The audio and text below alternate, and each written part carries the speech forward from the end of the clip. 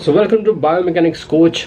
Hope everything is fine at your end. तो queries आपकी आ रही हैं तो अच्छा लग रहा है and you want to know about basics. चाहते हैं लोग पूछना कि आप समझाएं। न्यूटन लॉज के बात आई थी तो इस वीडियो में जैसे यू हैव लर्न कि बेसिक्स बताने वाला हूँ। How Newton laws help you in sports. काफ़ी कन्फ्यूजन है, काफ़ी प्लेयर्स ने मुझे बताया, एक दो ने कमेंट भी किया और ड्यूरिंग क्लास भी कई बार होता है आपको समझ नहीं आता थ्योरेटिकली, तो बहुत प्रैक्टिकली मैं आपको यहाँ बताने वाला हूँ तीनों लॉज और होप सो आपको अब समझ आ जाएंगे कि वो क्या लॉज है, किस बारे में है and what is the application. Subscribe कर लें चैनल को। तो इस पर हम बायोमैकेनिक्स की बात करते हैं चैनल पे, बेसिक्स, प्रैक्टिकलिटीज, टेस्ट, सब कुछ। बेसिक स्टेप क्या है, जब भी आप कोई गेम खेलते हैं, कोई भी आप स्पोर्ट खेलते हैं, football, basketball, any game you take, उसमें आप क्या कर रहे हैं? भाग रहे हैं, चल रहे हैं, कोई मूवमेंट कर रहे हैं, मोशन कर रहे हैं। Basically motion is the key word. Motion का मतलब होता है मूवमेंट। चल रहे हैं आप, कुछ भी मूवमेंट कर रहे हैं। तो वो जो है मोशन कब होता है? जब आप फोर्स को अप्लाई करते हैं। अब एक बॉल है, टेबल पर पड़ी, उसको आपने फोर्स लगाई, धक्का मारा, तभी वो चली। ठेला है, ठेले को आप धक्का मारोगे तभी वो चलेगा। ठीक है, तो ये मैकेनिक्स है। ऐसे फोर्स को आप जब आप यूटिलाइज करते हैं, फोर्स आप में कहाँ से आएगी? मसल से आएगी। तो जो न्यूटन लॉज ऑफ मोशन बनाए गए हैं, ये आपके मोशन को डिस्क्राइब करते हैं। तीन लॉज हैं, तीनों आपस में रिलेटेड है। वन बाय वन आपको जब पता लगेगा यू विल अंडरस्टैंड। तो सबसे पहले न्यूटन फर्स्ट लॉ, इसको लॉ ऑफ इनर्शिया भी कहा जाता है। जैसे कोई चीज़ चल रही है, सपोज स्केट्स पे, आइस स्केट्स पे आप स्केटिंग कर रहे हैं प्लेयर, तो ये लॉ ये कहता है कि वो मोशन में है, फोर्स लगा रहे हैं, मूवमेंट कर रहे हैं। तो इस लॉ के अकॉर्डिंग जो प्लेयर आइस स्केटिंग कर रहा है, he will remain in that motion. वो उसी मोशन में रहेगा जब तक कोई दूसरा बंदा आके उसको रोकता नहीं, उसके आगे कोई फोर्स नहीं लगाता उसको रोकने के लिए। तब तक वो कॉन्टिन्यूसली मूव करता रहेगा। और ये जो मूवमेंट कर रहा है ना, वो एक वो पोजीशन में एक कि वो चलता जा रहा है, तो इस मोशन, ये जो रेजिस्टेंस है कि वो चेंज नहीं करेगा जब तक कोई दूसरी चीज़ उसके सामने उसको नहीं रोकेगी। इसको इनर्शिया कहा जाता है। तो इसी वजह से वो कहा जाता है law of inertia. Second aspect इसी का, अभी इसी को डिटेल में समझते हैं। एक तो हो गया मूवमेंट का इनर्शिया। एक स्टेट मतलब एक जगह पर स्टेशनरी इनर्शिया भी होता है। जैसे अब मैं बैठा हूँ यहाँ पर, इस लॉ के हिसाब से, या किसी गेम में कोई खिलाड़ी कोई पोजीशन लेके खड़ा है तो वो उसी पोजीशन में रहेगा जब तक कोई दूसरी फोर्स या दूसरा खिलाड़ी उसको पुश या पुल नहीं करता। वैसे ही जैसे मैं बैठा हूँ, जब तक इस लॉ के हिसाब से मेरे को कोई तब तक नहीं उठा सकता जब तक कोई मुझे पुश ना करे या कोई मैं अपनी फोर्स ना लगाऊं, तभी उठूंगा। Otherwise I will remain in this sitting position. तो ये होता है स्टेशनरी इनर्शिया। पहला क्या था? या तो मूवमेंट में रहेगा खिलाड़ी या किसी पोजीशन में रहेगा खिलाड़ी, तब तक उसी पोजीशन या मूवमेंट में रहेगा जब तक कोई दूसरी फोर्स या दूसरा खिलाड़ी उस पर एक्ट नहीं करता। ऐसे ही मैंने फर्स्ट लॉ में आपको बताया, जब अगर आप मूवमेंट कर रहे हैं, दौड़ रहे हैं, तब आपकी जब फोर्स लगेगी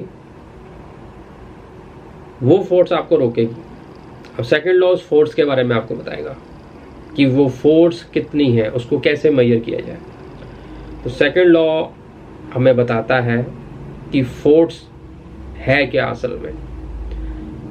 तो सिंपल भाषा में, जैसे आप धक्का मारते हैं किसी बॉल को, पुश करते हैं उसको आगे मूवमेंट कराने के लिए, तो वो कितनी, ये हमने फोर्स लगाई, वो जितनी ज़्यादा फोर्स लगाएंगे उतनी ज़्यादा आगे जाएगी बॉल। सिंपल, किसी प्लेयर को आप पुश करते हैं, जितनी ज़ोर से आप पुश करेंगे उतना ही वो आगे जाएगा। तो ये चीज़ है सेकंड लॉ। और इसके लिए उन्होंने एक स्टेटमेंट दे दी है, force equal to mass into acceleration.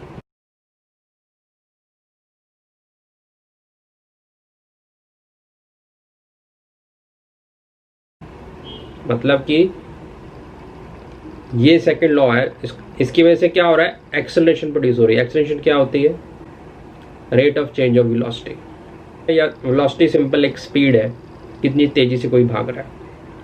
जैसे एक खिलाड़ी 10-20 किलोमीटर पर आवर की स्पीड पे भाग रहा है। अब एक्सेलरेशन क्या है, वेलोसिटी चेंज करने का विद टाइम। जब वो वेलोसिटी चेंज करता है, अभी 20 किलोमीटर भाग रहा है, थोड़ी देर में 30 किलोमीटर भाग रहा है, फिर 40 की स्पीड में भाग रहा है, तो ये वेलोसिटी उसकी चेंज होती जा रही है। जब भी वेलोसिटी विद टाइम चेंज होगी उसको एक्सेलरेशन कहते हैं। अब आप स्प्रिंटर जब दौड़ते हैं, स्टार्टिंग में बहुत तेजी से दौड़ते हैं, फिर वो एक स्टेबल वेलोसिटी पे आते हैं और फिर उनकी वेलोसिटी कम होती है। तो आप इस पूरे प्रोसेस में क्या हो रहा है, आपकी वेलोसिटी चेंज हो रही है और एक्सेलरेशन प्रोड्यूस हो रही है। तो बेसिकली वो कहाँ से आई, फोर्स से। जब आपने फोर्स लगाया तो एक्सेलरेशन प्रोड्यूस हुई। सिंपल भाषा में, बॉल है, बॉल को धक्का मारा, फोर्स लगाई और फिर वो एकदम भागी, तो एक्सेलरेशन प्रोड्यूस हुई। तो ये इसलिए इसको कहा जाता है लॉ ऑफ एक्सेलरेशन। और इसको इक्वेशन क्या है, force equal to mass into acceleration, F equal to M A. अब एक्सेलरेशन कितनी प्रोड्यूस होगी वो भी आप इससे बता सकते हैं। Simply F equal to M into A है, आपको स्क्रीन पे दिखेगा।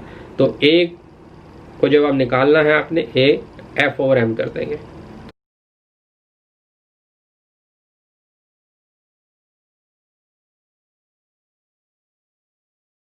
अभी इस इक्वेशन से आपको पता लग जाएगा इस चीज की एप्लीकेशन कैसे स्पोर्ट्स में है।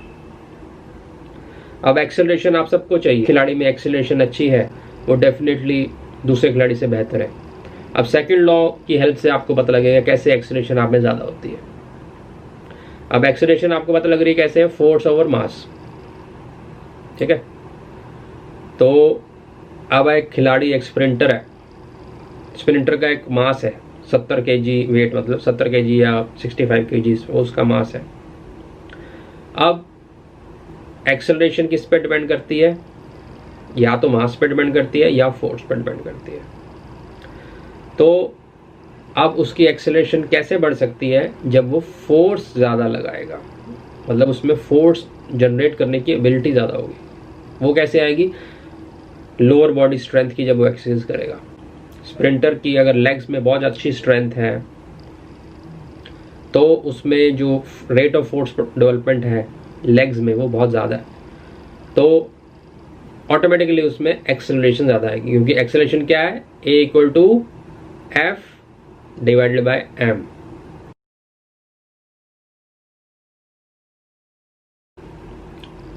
अब तीसरा लॉ क्या है, एक्शन रिएक्शन।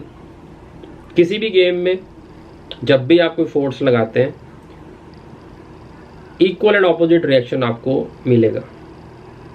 बहुत सिंपल एग्जांपल है, आप पंच लें, दीवार में मारें, तो दीवार में थोड़ा सा निशान या हल्का फुल्का पड़ेगा डिपेंडिंग ऑन द फोर्स जितनी भी है, लेकिन उल्टा आपको भी दर्द होगी ना। So that is the reaction. तो जितनी ज़्यादा आपने जोर से दीवार पे मारा उतनी ही जोर से आपके पास रिएक्शन आएगा। तो ये है एक्शन रिएक्शन, सिंपल। आप ग्राउंड पे दौड़ रहे हैं, आप अपने पैर से फोर्स लगा रहे हैं, ग्राउंड भी आपको फोर्स ऑपोजिट दे रहा है। आप उसको कहते हैं ग्राउंड रिएक्शन फोर्स, जो मैंने लास्ट क्लास वीडियो में आपको बताया था। ग्राउंड रिएक्शन फोर्स कौन मेयर करता है, फोर्स प्लेटफॉर्म। जिसने वीडियो नहीं देखा जाके देख सकता है।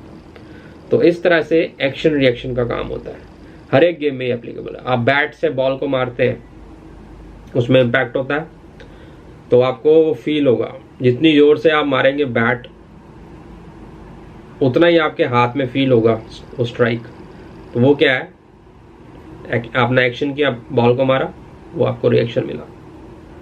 So this is a simple way, जिसमें आपको मैंने बताया 3 लॉज, और आपको पसंद आया होगा वीडियो। फिर भी आपको कोई भी क्वेश्चन है आप पूछ सकते हैं। एक बार फिर से समराइज कर देता हूँ। फर्स्ट लॉ क्या कहता है, आपको इनर्शिया के बारे में बताता है। इनर्शिया क्या है, या तो आप मूवमेंट में रहेंगे या स्टेशनरी रहेंगे, और जब तक कोई दूसरी फोर्स या दूसरा खिलाड़ी आपको नहीं हिलाता उस पोजीशन से, आप उसी पोजीशन में रहेंगे। अगर आप दौड़ रहे हैं तो दौड़ते रहेंगे, अगर आप स्टेशनरी है तो स्टेशनरी रहेंगे, ध्यान रखें। This is first law. Second law, force को कैसे मेजर करना है। जब भी आप, ये आपका रिलेशन बताता है फोर्स और एक्सेलरेशन का, F = ma। जितनी फोर्स से आप कोई चीज फेंकेंगे उतनी ही उसमें एक्सेलरेशन प्रोड्यूस होगी। F = मास इंटू एक्सेलरेशन, ठीक है। और सेकेंड लॉ के हेल्प से हम एक्सेलरेशन को क्वांटिफाई कर सकते हैं, मेजर कर सकते हैं, क्योंकि ये दोनों को रिलेट करता है। और इसकी मैंने सीधी एग्जांपल बताई है स्प्रिंटर में। स्प्रिंटर में जब वो भाग रहा है तो अगर वो फोर्स अपनी लेग्स में ज़्यादा प्रोड्यूस करता है तो डेफिनेटली उसमें एक्सेलरेशन ज़्यादा होगी। तो ये हो गया second law, law of acceleration. और थर्ड लॉ है आपका लॉ ऑफ एक्शन रिएक्शन। जितनी फोर्स से आप कोई एक्शन करेंगे उतनी ही फोर्स से आपको ऑपोजिट में वो रिएक्शन फोर्स आपको मिलेगी। एक्शन रिएक्शन, मुक्का मारेंगे दीवार में आपको ऑपोजिट दर्द भी होगा, तो वो जो दर्द हुआ है वो क्या है, ऑपोजिट रिएक्शन। ग्राउंड में भाग रहे हैं, पैरों से स्ट्राइक कर रहे हैं, तो वो आप फोर्स लगा रहे हैं और ग्राउंड भी आपके ऊपर फोर्स लगा रहा है, तभी आप दौड़ पा रहे हैं। Action reaction. जंप करते हैं, जितनी जोर से आप नीचे जंप करेंगे उतने से आप ऊपर भी उठेंगे। कौन उठा रहा है, of action reaction. So this is the thing. और वो आपको क्लियर हो गया। फिर भी कोई आपका क्वेश्चन है तो प्लीज़ कमेंट बॉक्स में लिखें, और किसी चीज़ पे आप जानना चाहते हैं वो भी लिखें ताकि मैं उस पर वीडियो बना सकूँ। Thank you very much.